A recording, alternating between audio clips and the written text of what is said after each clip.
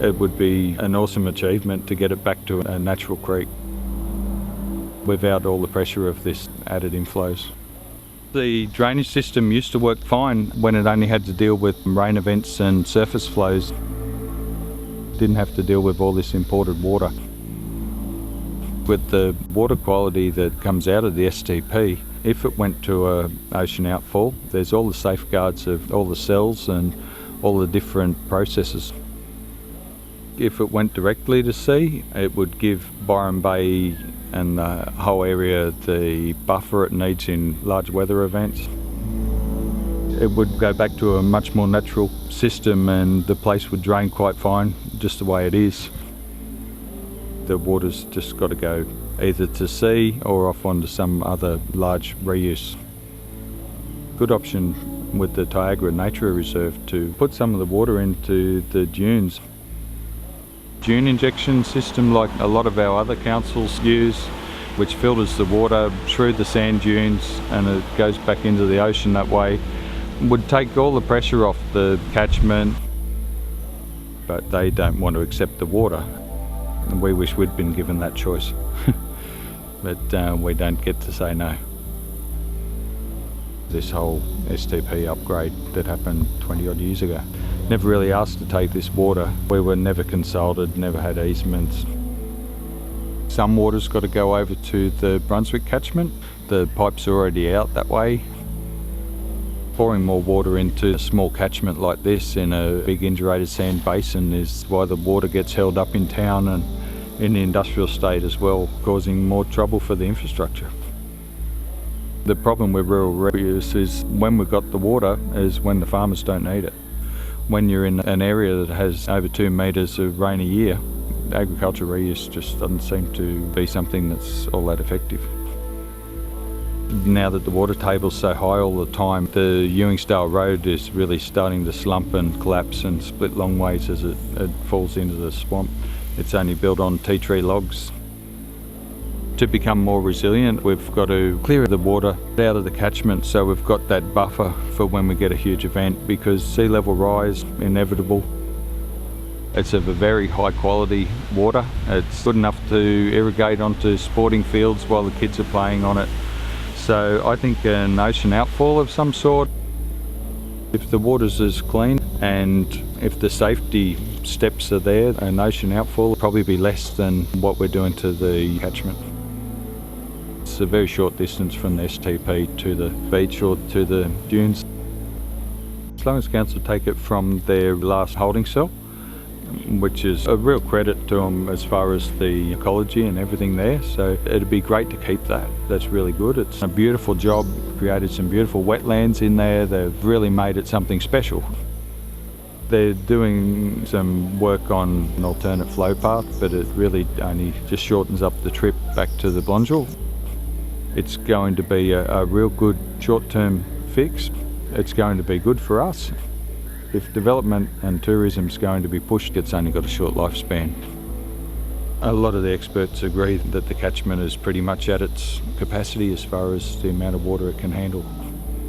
To put it in right at the top of the catchment and allow that to flow right through just puts every property, every landowner, everyone on the whole way through in that same situation. Over the last few years we've had some really big scorch marks come up through our paddocks. They hold water a lot of times because we've only got like 200 mils of freeboard in a normal sort of period. It's the acid pushing up out of the acid sulphate from all the water underneath, and with it being flooded for extended periods, some experts in acid sulphate said this type of land has to be wet for quite a while, but it also has to be dry for quite a while. It's got to change, and a lot of this land's just been wet for so long. It's the raised water table that really causing us the trouble. It was really a nice piece of pristine RU1 agricultural land. Because of the raise of the water table, it's just really not any good for our agriculture anymore. We're still grazing on it. It's still serving the purpose. It's just getting worse and worse every year. And if we could go back to as it was, or we could stop it where it is, that would be something. But we know that with the increase in tourism, the increase in development, that this is just going to become a bigger and bigger issue on our land. It's just leaping ahead in the amount of load that's coming onto us. Here is the treated effluent that comes from the SDP, which is predominantly Rouse water, which comes from the Rocky Creek Dam. To get this water out, we'd see the catchment go back to a fairly natural sort of level. But it will take a lot of the pressure off the ecology system, which is the open-closed mouth of the Belongil Creek, and it'd help with the in-town flooding that we get when we have a major rain event. I'm really pleased that the community seems to be getting on top of the health of the Belongil. We definitely are. As a director on the Drainage Union, that's one of our highest priorities, is the health of the catchment.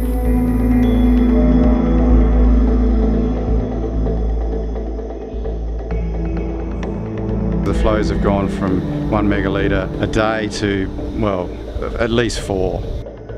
That country was sinking because it's quite heavy peat, and so I was sort of using planting for the biodiversity but also act as a pump, and that has helped.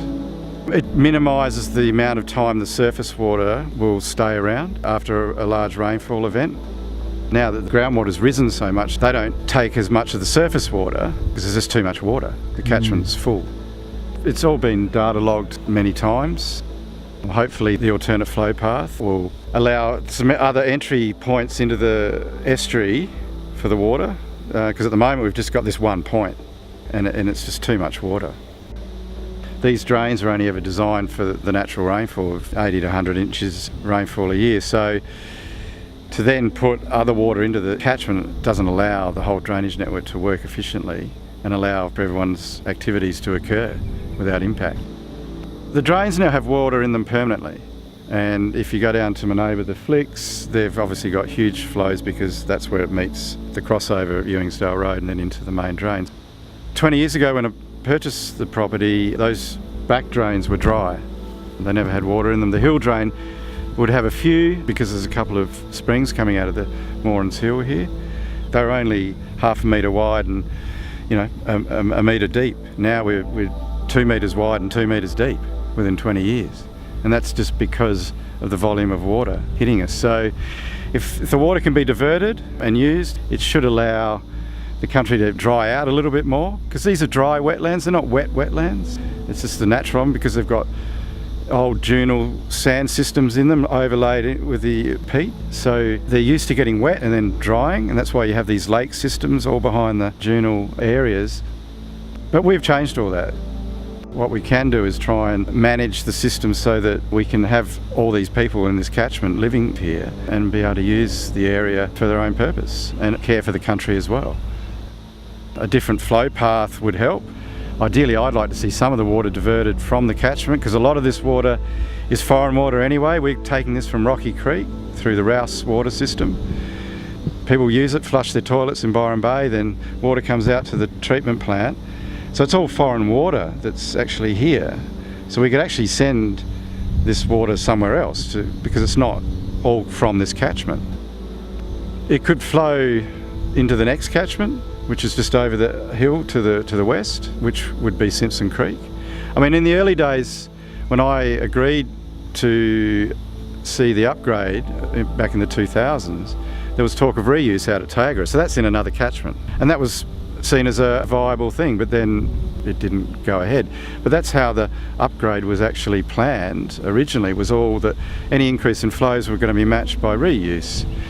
So we could reuse that water, that could be sent over there, and then possibly, other uses for the water where there's different soils and a bit more land, because we're only 2.5 metres above the sea level here. We haven't got a lot of country to work with.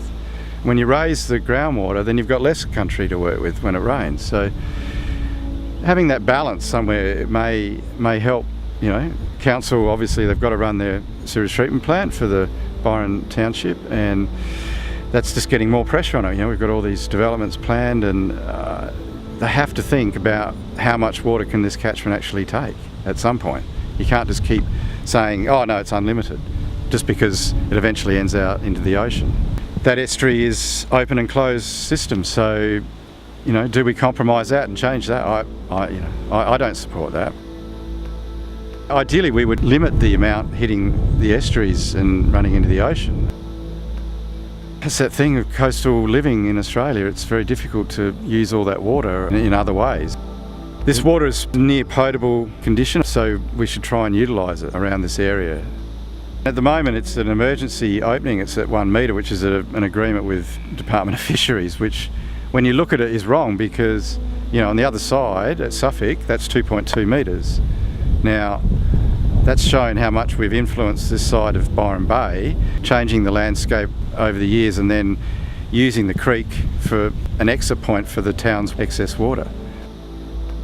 This is part of a breeding agistment program. They do quite well in this country. It's a viable business. I've got bee agistment here, so there's bee production and honey production.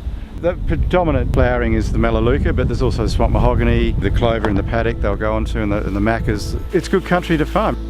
If you can have multiple small activities, it can work, you know. And you know, there's a lot of enjoyment in looking after the country and farming as well. So that's why I'm here.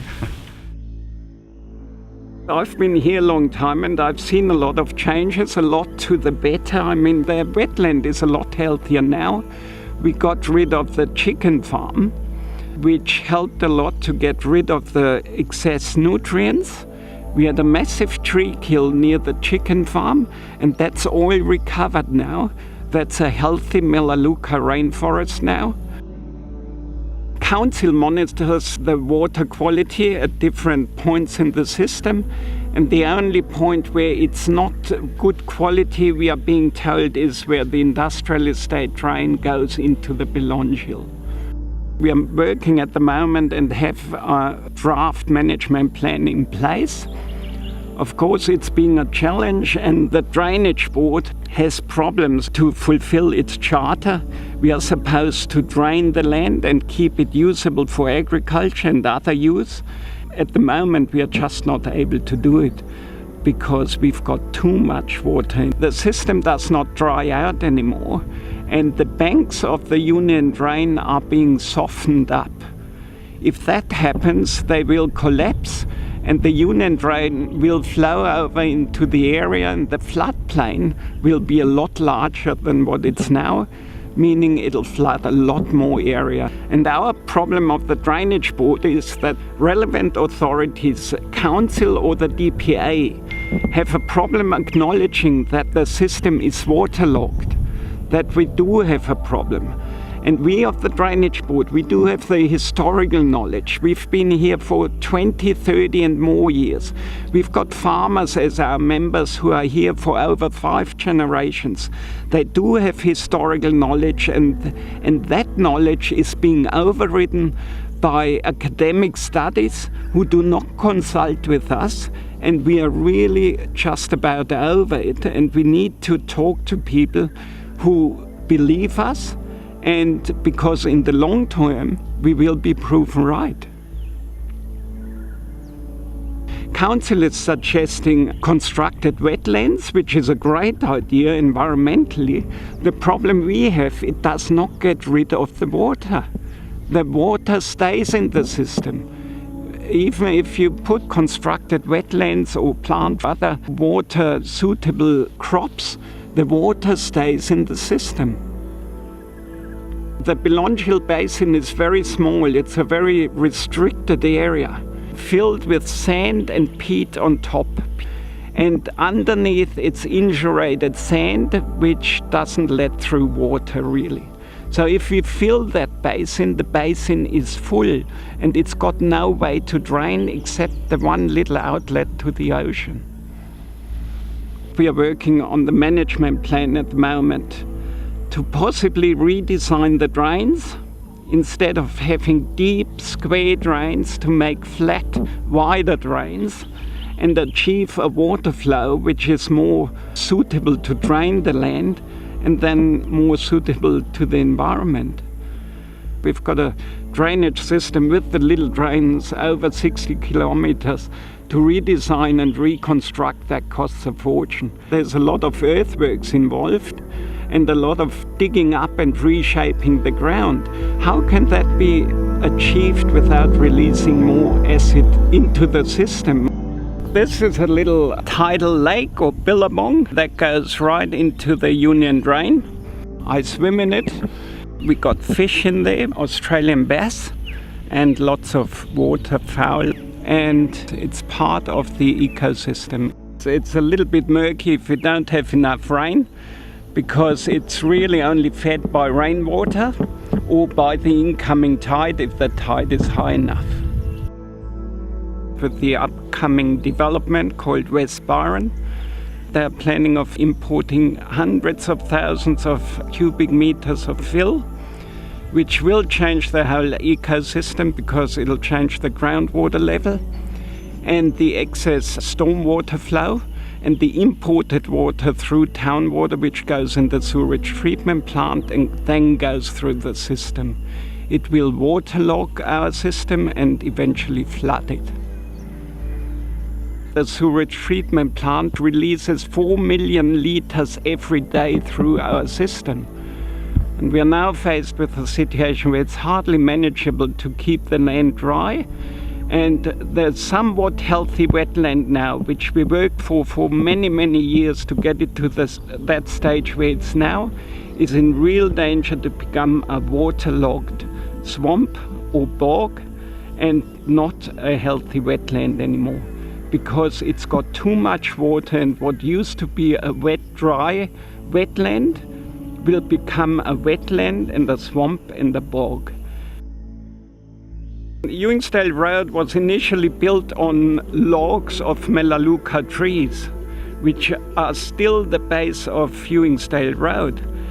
And of course, this is all rotting away now, and it's constantly waterlogged.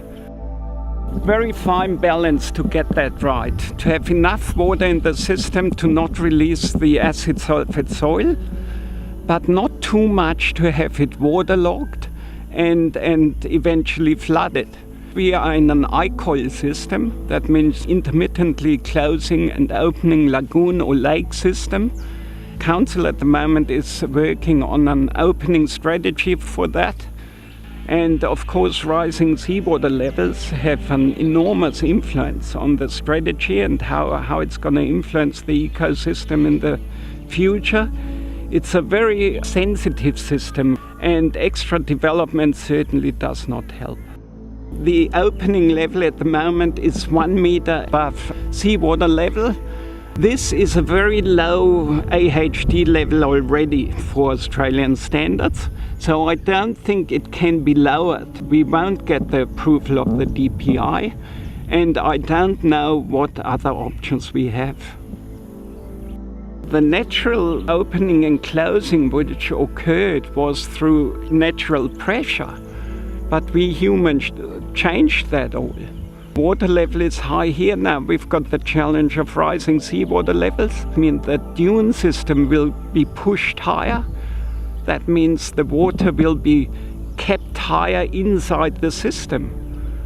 And if we then import more water into the system, it will flood. The sewage flow is too much. When they first put the sewage treatment plant in, the board was told we're going to deal with 1 megaliter a day treated effluent. We are now having 4 megaliters a day, and the predictions are for the year 2025, 20 megaliters a day. And the system will not be able to cope with that, and we are going to be in dire straits. Not just we here on the edge of the wetland, but the whole Byron Bay area. Byron Bay town is the same floodplain as we are here. I'm higher here on the edge of the wetland than our post office is.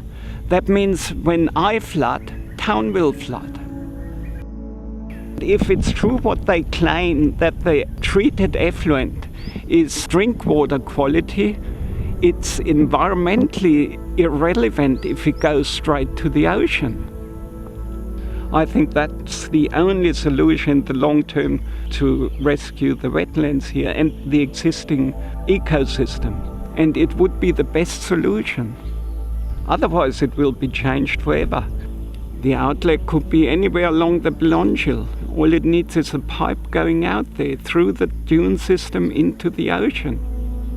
It would be technically possible. It's not that long. It's not far from the treatment plant to the ocean. As far as acid sulfate soil runoff, etc. is concerned, that's been like that for hundreds of years, and the system could absorb it. And yes, we did get fish kills once in a while, but I've been told this is a natural occurrence in an ecology system. See, that's the Union Drain here, and we cleaned that about 2 months ago. That's our main artery for the drainage system in the Belongil Basin. We get an excavator, and it takes him about a week to, that's about 5 kilometers from the Belongil Creek all the way to Niagara. And at the moment it's low tide, and a couple of hours later or earlier it would have been totally chock-a-block full. Even my little lake or billabong where we went before gets brackish, gets slightly salty. You know, the farms back there, they're flooding at the moment. The land next door you can see, which it used to be a cow paddock. It's a wetland, it's a swamp. I mean, we are in a dry period now, but you can see where the water usually sits. To put the water straight out to the ocean, if it's drink water quality, if it's clean, there shouldn't be an environmental problem to do that without destroying the wetland which it's flowing through at the moment, and without destroying the habitat for wildlife and for that matter for human beings, because the floodplain will be permanently flooded and inhabitable. We are talking about dry periods now. We haven't even talked about the impact in wet periods or in flood rain. The system was designed to cope with that in the wet season, and now it can't even cope in the dry season. When the drain is full and when we get rain off on top, that bank is softening and it's muddy, and in a couple of years it'll go, and then the drain will just overflow and go into the wetlands and be obsolete really as a drainage channel, because it just flows over. We've got enough room to widen it another couple of meters, but the big thing is it would be a lot shallower. Where we are at the moment, it's about 2 meters deep, the channel from the water surface to the ground. And if we could reduce that another meter or so and make it wider, it would be a lot better design. The shallower but wider channels achieve a much better water flow than this design now. Environmentally, the ocean outfall directly via pipe would make a lot more sense to me, cost-wise and environmentally. It's got to go through the national park, the dune system, and the drainage of town you have to consider also goes in the Belongil system. So if we get a lot more water at the Belongil mouth, we're going to have a big backlog. And if the stormwater from development also goes into the drain or into the Belongil, the backlog will be enormous. Even if it doesn't go at the back of the system, it'll still go into the system and fill up the basin and result in flooding. We destroyed the ecosystem, which is the amazing ecosystem. We've got species which love an ecosystem. They love the changing conditions. And we humans are not very good in meddling with nature. My neighbor and I did an extensive weed management program. We naturally removed the groundsel bush, and 10 years later you don't see a groundsel bush anymore. And it's back to wetlands now, natural wetlands. There's a bit of reed growth. And in between the wetlands, my neighbor and I have planted about 3,000 melaleucas, which are easy to plant and to grow. We want to bring it back to what it was and keep it that way. We have been in a dry period now for about 3 or 4 weeks, almost no rain at all, and even the surface here is still wet and moist. It could be even drier at the moment.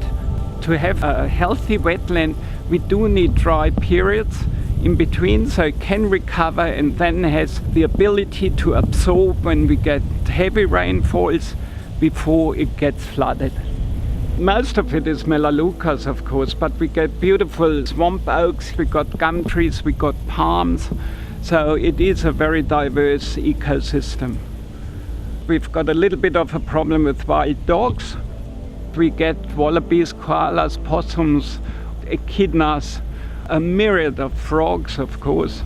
In the wet season, it's an absolute beautiful concert with all the frogs we get here. And the waterfowl and the fish life in the drainage system is absolutely beautiful, and we want to keep it that way. We got imported grass underneath the melaleucas, which are considered a weed. We are very against spraying chemicals because the impact on the flora. We haven't had a peat fire in the last, 15 years. And I think part of the reason is because it's permanently wet now. There's a big roundabout construction. The water flow was changed and it flooded hundreds of acres of land which haven't been flooded in that way previously. On my land, I only had one flood event. I think it was in 2004 when we had a 1 in a 100-year flood event. And after 3 weeks of rain, I had the same flooding problem here, like in a 100-year flood event. That showed how a very little change in the system has an enormous impact. So we can't really meddle around with the drainage flow that much because it can have disastrous consequences. The Drainage Board is working with Council on drainage management for the whole area. I'm just a little bit concerned with the water logging at the moment, and we might lose a bit of the diversity, but I think with a bit of management of the ecosystem and with a bit of forward thinking and good planning, we can achieve a really healthy wetland here.